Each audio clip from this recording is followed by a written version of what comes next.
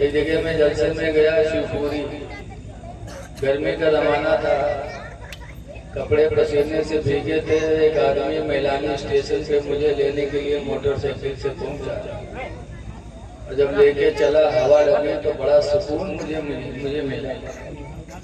तो हम सोचे इतना अच्छा लग रहा है, सुकून का माहौल बन गया,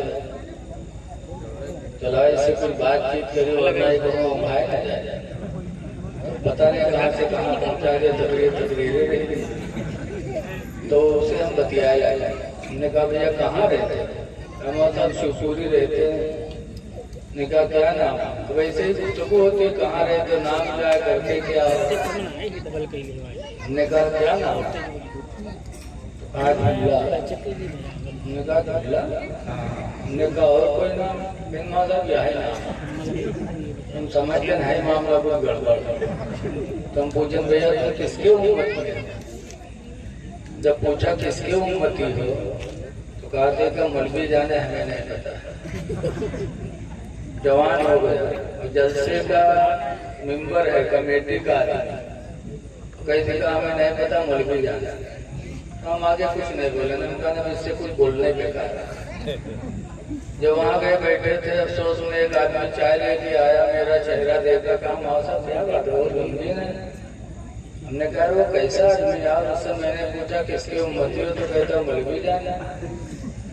कहने रे हजरत आप चाय पिए पीछे का है जाहिर आदमी, तुम कच्चा मेन बताता हूँ कि उम्मती हो। कहा तेरे चाय पिए मौलवी मौलाना बाहर छोड़ो चाय तो से गड़बड़। बताइए मुसलमान है और यही नहीं बता कि अल्लाह ने हमको किसकी उम्मत में पैदा किया। तो इल्म दुआ मांगनी चाहिए। हजरत इमाम अहमद बिन हंबल रज़ियल्लाहु अन्हु फरमाते हैं उतलुबुल इल्मा मिनल महदी, माँ की गोद से इल्म हासिल करो। भैया बहुत अच्छा बोल रहा हूँ, गड़बड़ न करो, बहुत अच्छा मैं क्या कम करो से। फरमाते हैं उतलुबुल इल्मा मिनल महदी, माँ की गोद से इल्म हासिल करो। जब माँ की गोद में पैदा हो तभी से शुरू करो। कब तक? इलल लहदी, कब्र तक। इमाम अहमद बिन हंबल कहते हैं जब तक कि कब्र में तुम्हारा दाखिला ना हो उस वक्त तक तुम इल्म के हासिल के करने के पीछे लगे रहो। तो ये लोगों आए हो तो थोड़ी देर बैठो और मोहब्बत से सुनो। सोना रोज है, रोजाना है। जलसे बड़ी मेहनत के बाद हजरत अल्लामा मौलाना मोहम्मद हाशिम साहब लायके तारीफ में कि उन्होंने इतनी तादाद में आप लोगों को बुला के जमा किया। तो बड़ी मेहनत से जलसे होते हैं, सोना रोजाना है। किसी कहने वाले ने कहा है कि जागना है जाग लो अफलाक के साए तले, जागना है जाग लो अफलाक के साए तले, हश्र तक सोना पड़ेगा खाक के साए तले। जाग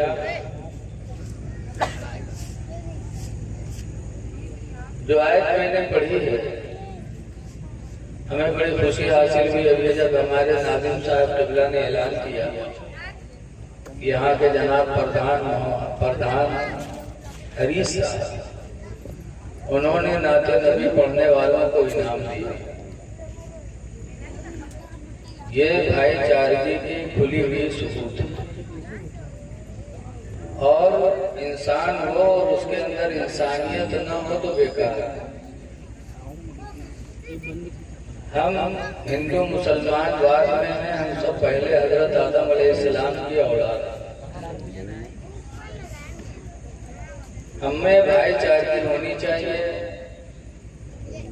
हमारे पैगंबर ने फरमाया हदीस पाक है नबी हुरैरा क़ाल रसूलुल्लाह सल्लल्लाहु अलैहि वसल्लम, हजरत अबू हुरैरा रवायत करते हैं कि अल्लाह के रसूल ने इरशाद फरमाया ला तहासदू वला तबागदू, ऐ लोग एक दूसरे से जलो ना, वला तबागदू, और एक दूसरे से बुग़्ज़ न रखो, वकूनू इबादल्लाहि इख़वाना, और अल्लाह के बंदो आपस में भाई भाई बन जाओ। तो भाई भाई बन के रहो। अल्लाह ने कुरान में फरमाया, या अय्युहल्लज़ीना आमनू, ऐ ईमान वालो, ला यस्खर कौमुम मिन कौम, कोई कौम किसी कौम का मजाक न उड़ाए। किसी कौम को कोई कौम गिरी निगाह से न देखे कि फला बिरादरी का है, ये फला तबके का है ना। जिसको तुम गिरी निगाह से देख रहे हो, कुरान कहता हो सकता है वो उससे बेहतर हो जिसको वो गिरी निगाह से देख रहा है। किस लिबास में कौन है किसी को कुछ पता नहीं। वला निसाउम मिन निसा, और कोई औरत किसी औरत को गिरी निगाह से न देखे। आजकल औरतें भी तो है ना, जमा जम कपड़ा पाए तो गरीब औरत को गिरी निगाह से देखे। सोने का देवर पा गए तो गरीब औरत को गिरी निगाह से देखे। अल्लाह फरमाता वला निसाउम मिन निसा, कोई औरत किसी औरत को गिरी निगाह से न देखे। असा यकुन्ना खैरन मिनहुन्ना, हो सकता है वही औरत उससे बेहतर हो जिसको वो गिरी निगाह से देख रही हो। अल्हम्दुलिल्लाह, कुरान की इस आयत पर अमल कर लिया जाए तो तमाम झगड़े फसाद सब खत्म। सीटी बंद कर दो, इको बंद कर दो, इको अगर हो तो इको बंद कर दो। हमें तुम्हें सुकून चाहिए। जब हमें सुकून नहीं होगा तो हम रोजी भी सही नहीं कमा सकते, इबादत भी सही नहीं कर सकते। सुकून जरूरी है, तो सुकून के लिए जरूरी है कि हम आपस में एक दूसरे के साथ अच्छा सलूक करें।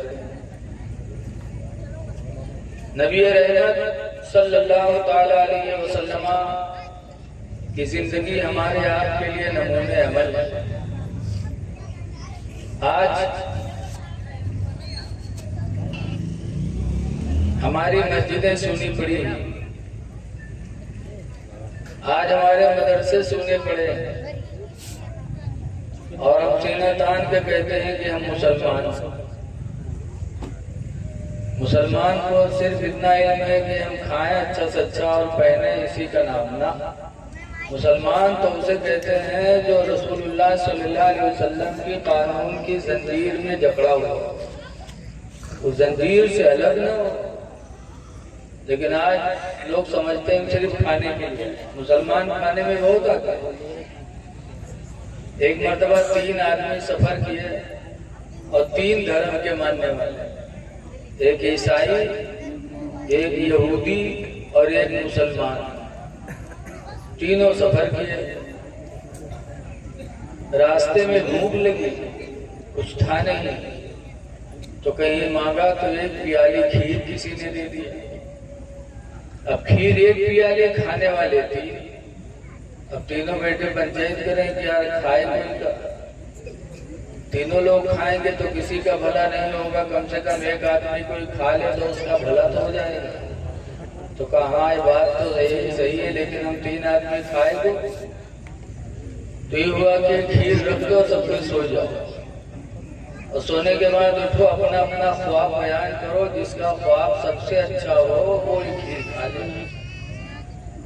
तो खीर रख करके तीनों लेट गए। ईसाई भी जल्दी लेटा, यहूदी भी जल्दी सोए कि ख्वाब देखेंगे, फिर उठेंगे, ख्वाब बताएंगे, खीर खाएंगे, सो गए। और मुसलमान का बगैर खाए कहाँ नहीं दवैया, वो परा आंखें बंद किए चुप कर। और जब वो ईसाई यहूदी फों फों करे लगे तो मुसलमान जानेगा कि तो गहरी नींद में है। उठा, खीर उठाई, खीर खाई, पानी पी, उसके बाद आराम से लेटा, तब उसको नींद आई। अब वो दोनों तो भूखे रहे, जल्दी उठ गए। का कौन जरूरत है उठेंगे, पहले से काम तमाम है।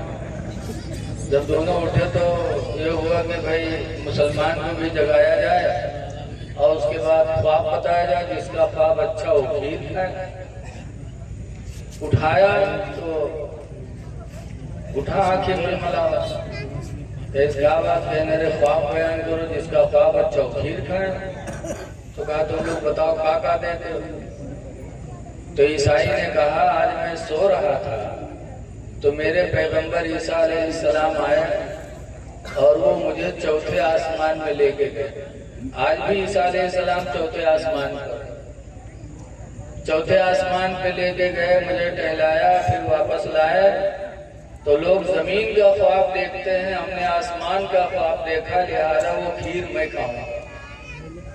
तो इस यहूदी कहा सुनो, तुम चौथे आसमान पे थे और हमारे पैगंबर मूसा अलैहिस्सलाम आए और उन्होंने हमको जगाया और वो छठे आसमान तक मुझे सैर कराया। आज भी मूसा अलैहिस्सलाम छठे आसमान,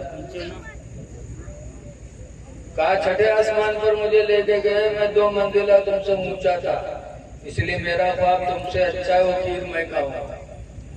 और मुसलमान चुप। तो दोनों के एंट्री बताओ क्यों क्या देते।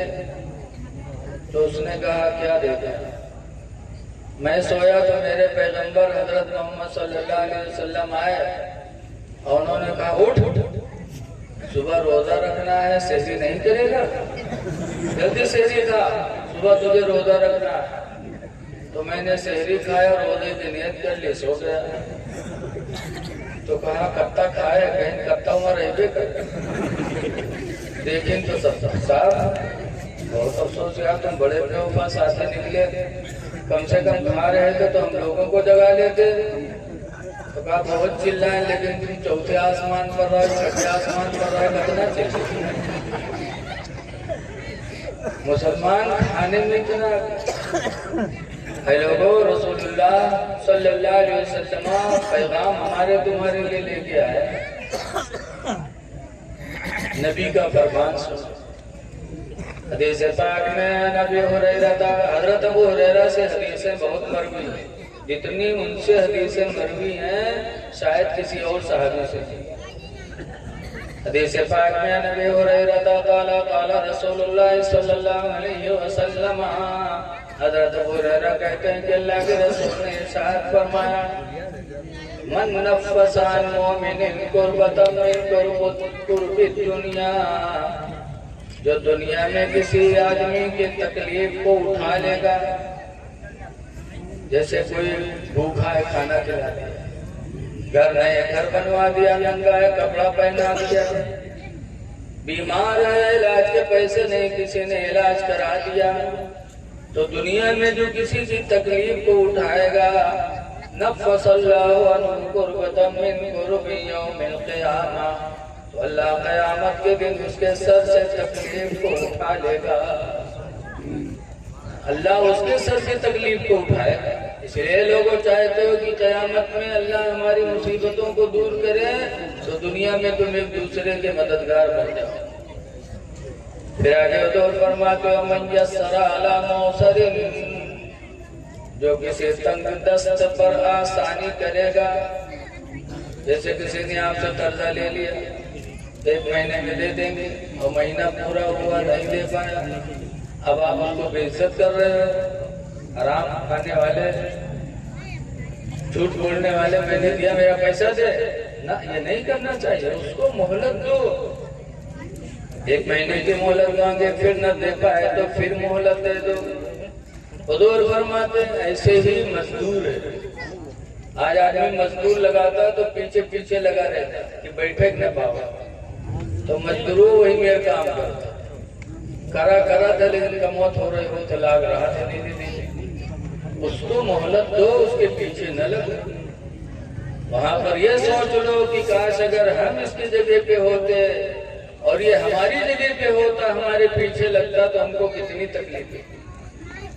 हुजूर फरमाते मन यस्सरा अला मुसरिन, जो किसी तंग दस्त पर आसानी करेगा, यस्सरा अल्लाहु फिद दुनिया वल आखिरह, तो अल्लाह ताला दुनिया दुनिया और आखिरत में उस पर आसानी फरमाएगा। इसलिए लोगों तंग दस्तों के साथ आसानी करो, कर्जदार से काम भी न लो कि कहीं सूद में शुमार न हो जाए, कर्जदार से छपरा भी न उठवाओ, अगर मोटरसाइकिल स्टार्ट न हो तो कर्जदार से धक्का भी न लगवाओ, हो सकता है कहीं अल्लाह सूद खाने वालों में नाम न ले। अपने इमाम हजरत इमाम आदम अबू हनीफा की जिंदगी देखो। कूफा के कब्रिस्तान में तशरीफ ले गए, एक आदमी का जनाजा था, रख रहे थे लोग, धूप बहुत तेज थी, तो एक मकान था कब्रिस्तान के करीब, तो उसकी दीवार का साया था, तो दो एक लोग बैठ गए और इमाम आदम धूप में खड़े हैं। लोगों ने कहा हुजूर आप आ जाइए, साये में बैठ जाइए। तो इमाम आदम ने क्या कहा? इमाम आदम ने फरमाया था सुनो, ये जो मेरा कर्जदार, ये जो मकान मालिक है ना, ये मेरा कर्जदार है, मेरा कर्जा भी दे नहीं पाया, अगर इसके दीवार के साये में बैठूंगा तो कहीं अल्लाह ताला मुझे सूद खाने वालों में न शामिल फरमा दे। इमाम आदम उसके साये में नहीं गए। और आज अफसोस है कि हम इनके मानने वाले और पैसा दे करके हम सूद लेते हैं। ऐ लोगों, जिस कुरान को हम पढ़ते हैं उस कुरान में अल्लाह ने फरमाया अल्लाह ताला ने बै को यानी तिजारत को हलाल फरमाया और सूद खाने को हराम फरमा दिया। आसानी करो, तुम दुनिया में किसी पर इंसानी करो, आसानी करो कि अल्लाह ताला आप पर आसानी फरमाए। फिर तीसरे नंबर पर आगे हुजूर फरमाते हैं मन सतरा मुस्लिमन सतरहुल्लाहु फिद दुनिया वल आखिरह, जो दुनिया में किसी के ऐब को छुपाएगा अल्लाह ताला उसके ऐब को दुनिया और आखिरत में छुपाएगा। अगर चाहते हो कि हमारे ऐब पर पर्दा पड़े तो तुम अपने भाइयों के ऐब पर पर्दा डालो। तो आज हम अपने नबी की जिंदगी को भूल गए, है अफसोस, आज हम नाम के मुसलमान रह गए।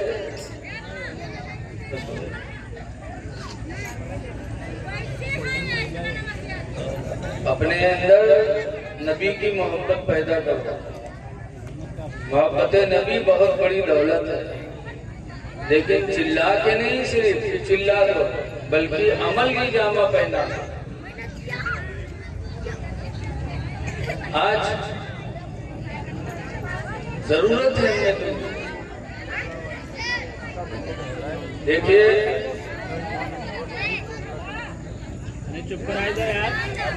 पैगंबर इस्लाम सल्लल्लाहु अलैहि वसल्लम आए हमको आपको राहें हम बताने के लिए। जब नबी करीम सल्लल्लाहु अलैहि वसल्लम तशरीफ लाए,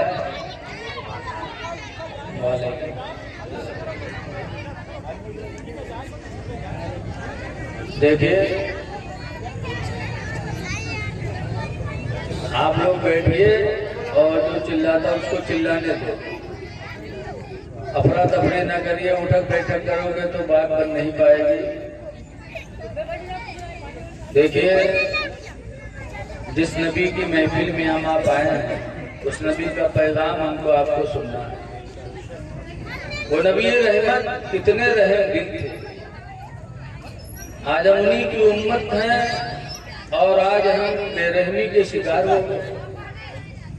हुजूर सल्लल्लाहु अलैहि वसल्लम फरमाते ला यरहमुल्लाह, अल्लाह उस पर रहम नहीं फरमाएगा मन ला यरहमुन्नास, जो इंसानों पे रहम नहीं करेगा। अगर अल्लाह की रहमत चाहते हो तो रहम करो।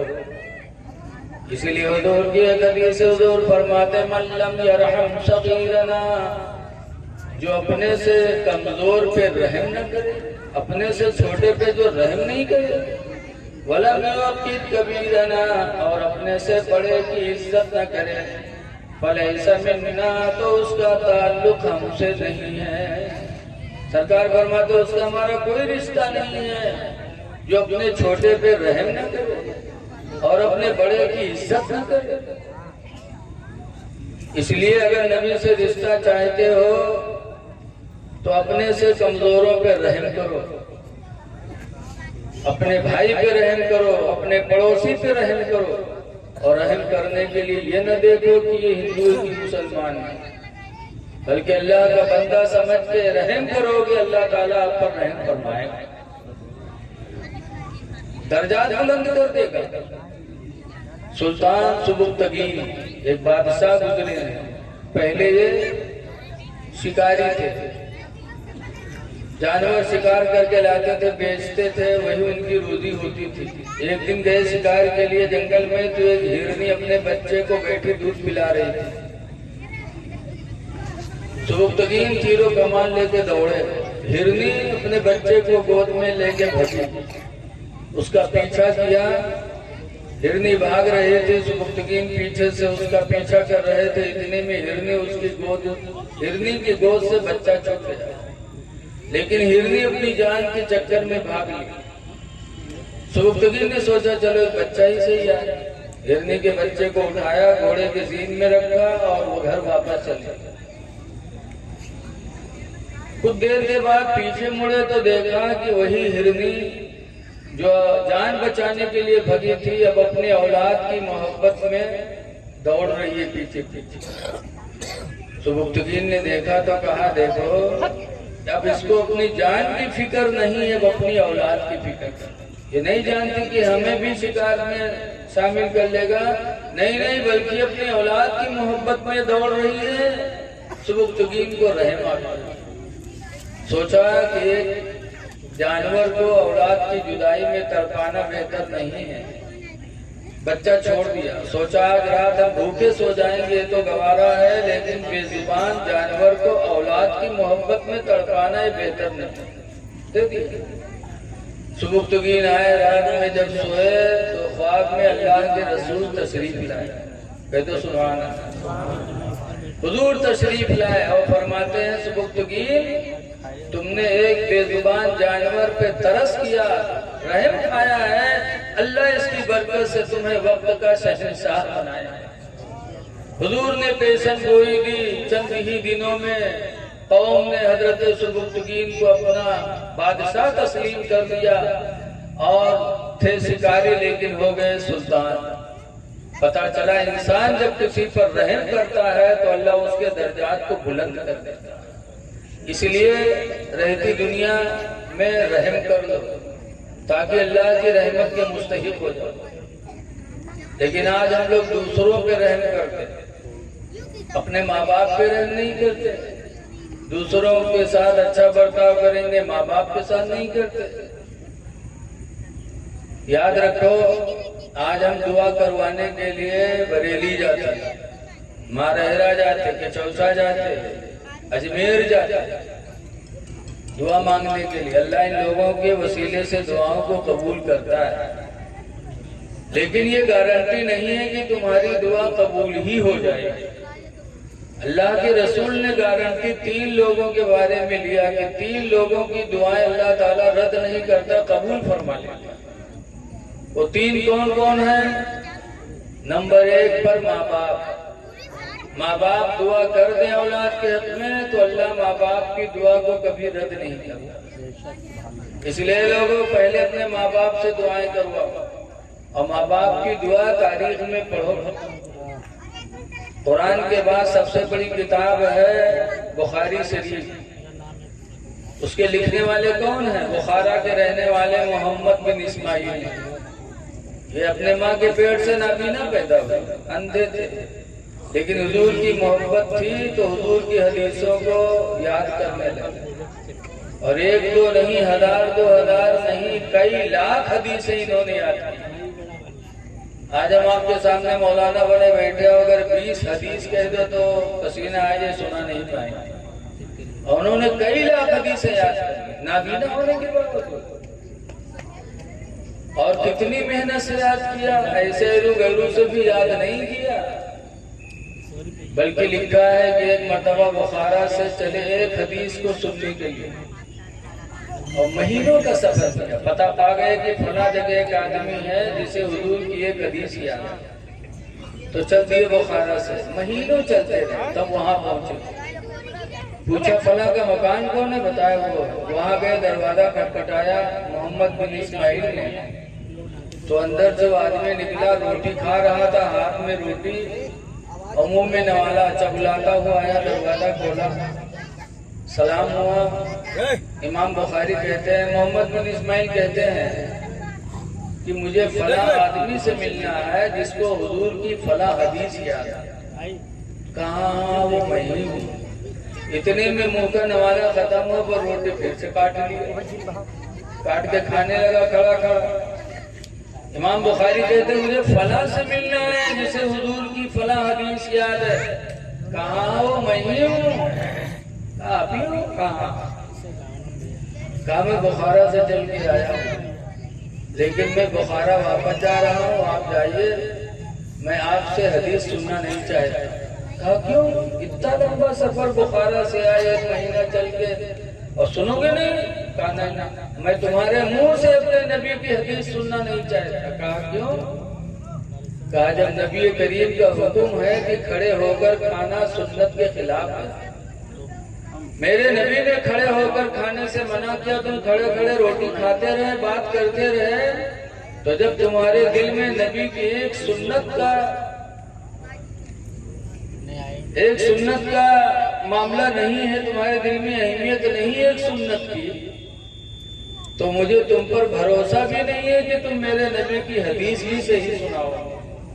जब तुम मेरे नबी की सुन्नत का एहतराम नहीं करते तो मुझे भरोसा नहीं कि तुम मेरे नबी की हदीस से सुनाओगे। वापस चले आए और उसके मुंह से हदीस रसूल नहीं सुना।